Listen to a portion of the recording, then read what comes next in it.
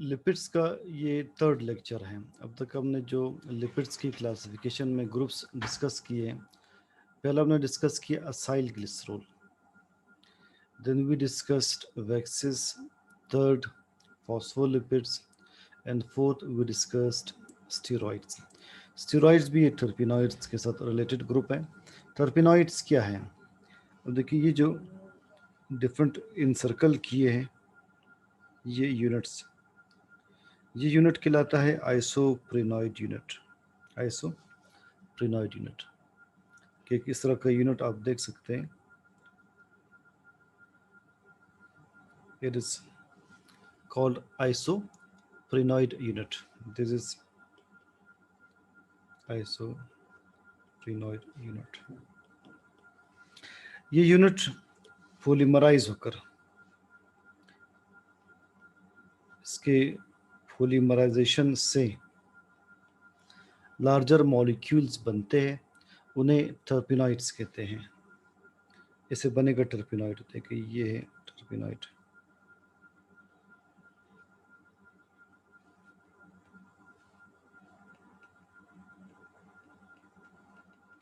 So terpenoids is a group of lipid compounds produced as a result of polymerization of S isoprenoid unit. अब different terpenoids expected है, तो ऊपर wordings आप देख ले। Isoprenoid unit polymerises to form a group of compounds called terpenoids. इसमें steroids हम पहले डिस्कस कर चुके। हमने कहा था कि स्टेरॉइड्स में 4 रिंग्स होते हैं, 3 हेक्सागोनल, एक पेंटागोनल रिंग। जो फोर्थ रिंग है इसमें 5 कॉर्नर्स हैं, ये पेंटागोनल है, बाकी हेक्सागोनल है। कोलेस्ट्रॉल इसकी एग्जांपल है, कॉर्टिसोल एक एड्रिनल ग्लैंड हार्मोन, ये इसकी एग्जांपल है। बाकी जो हमने एग्जांपल्स स्टेरॉइड्स के डिस्कस किए, हार्मोन्स जिसमें sex hormones like testosterone, progesterone वगैरह, oestrogen, adrenal gland hormones like cortisol, aldosterone, ये हार्मोन्स जो ये सारे के सारे स्टेरॉइड्स है। Vitamin D steroid, cholesterol steroid, bile acids are steroids.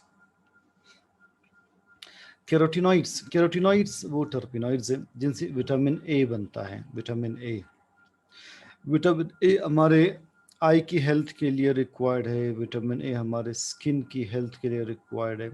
Vitamin A की डेफिशिएंसी से 2 कंडीशंस याद रखें। एक तो रात को आपको क्लियर दिखाई नहीं देता, इसे नाइट ब्लाइंडनेस कहते हैं। नाइट ब्लाइंडनेस, रात को क्लियर दिखाई ना दे सकना। और सेकंड, इसकी डेफिशिएंसी के बाद स्किन प्रॉब्लम्स होते हैं। सो ये 2 अपने याद रखने हैं कि there is deficiency of vitamin A, night blindness occurs and skin problems are produced which are reversible. Lipids में लास्ट है terpenes. Terpenes different essential oils में मौजूद हैं, कैम्फर काफूर में मौजूद है, मेंथेन में, रबर में। ये एक लिपिड्स का के एक ग्रुप है कंपाउंड्स का, टर्पीन्स। हम कैम्फर का यूज़ करते हैं एज एंटीसेप्टिक। हम इसे यूज़ करते हैं, वॉश बेसिन वगैरह में डालते हैं, जिससे स्मेल भी आती है और एंटीसेप्टिक इफेक्ट भी इसका होता है। तो ये एक टर्पीन है, एक लिपिड है। यहाँ पर लिपिड्स की क्लासिफिकेशन कंप्लीट हो जाती है। लिपिड्स एक बहुत अच्छा सोर्स है एनर्जी प्रोड्यूस करने का। अब एक पॉइंट याद रखना है कि हमारी बॉडी में एनर्जी का फर्स्ट सोर्स कार्बोहाइड्रेट है। Whenever we need energy we get it from carbohydrates. अगर कार्बोहाइड्रेट्स अवेलेबल ना हो तो फिर लिपिड्स यूज़ होते हैं as a source of energy. अगर लिपिड्स अवेलेबल ना हो तो लास्ट सोर्स हमारे पास प्रोटीन्स का रह जाता है, जो कि लेस लाइकली बतौर एनर्जी सोर्स यूज़ होते हैं। तो मोस्टली हम कार्बोहाइड्रेट्स या उसके बाद लिपिड्स यूज़ करते हैं।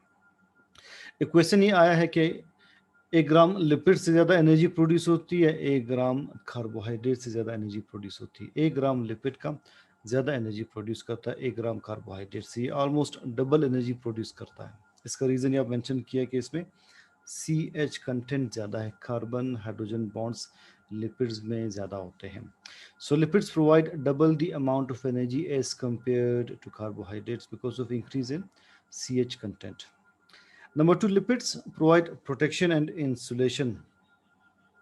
जितना एरिया कोल्ड होगा वो एनिमल्स की बॉडी में फैट्स उतने ही ज़्यादा होंगे, इसलिए कि फैट्स प्रोटेक्ट करते हैं बॉडी को अगेंस्ट कोल्ड और अगेंस्ट अब्रेजन, अगेंस्ट फ्रिक्शन, ये बॉडी को प्रोटेक्ट करते हैं. लाइक हमारे एयर में एयर वैक्स है, ये प्रोटेक्टिव फंक्शन रखता है. तो ये लिपिड्स के डिफरेंट फंक्शंस हैं. तो यह लिपिड्स का टॉपिक कंप्लीट हो जाता है. अब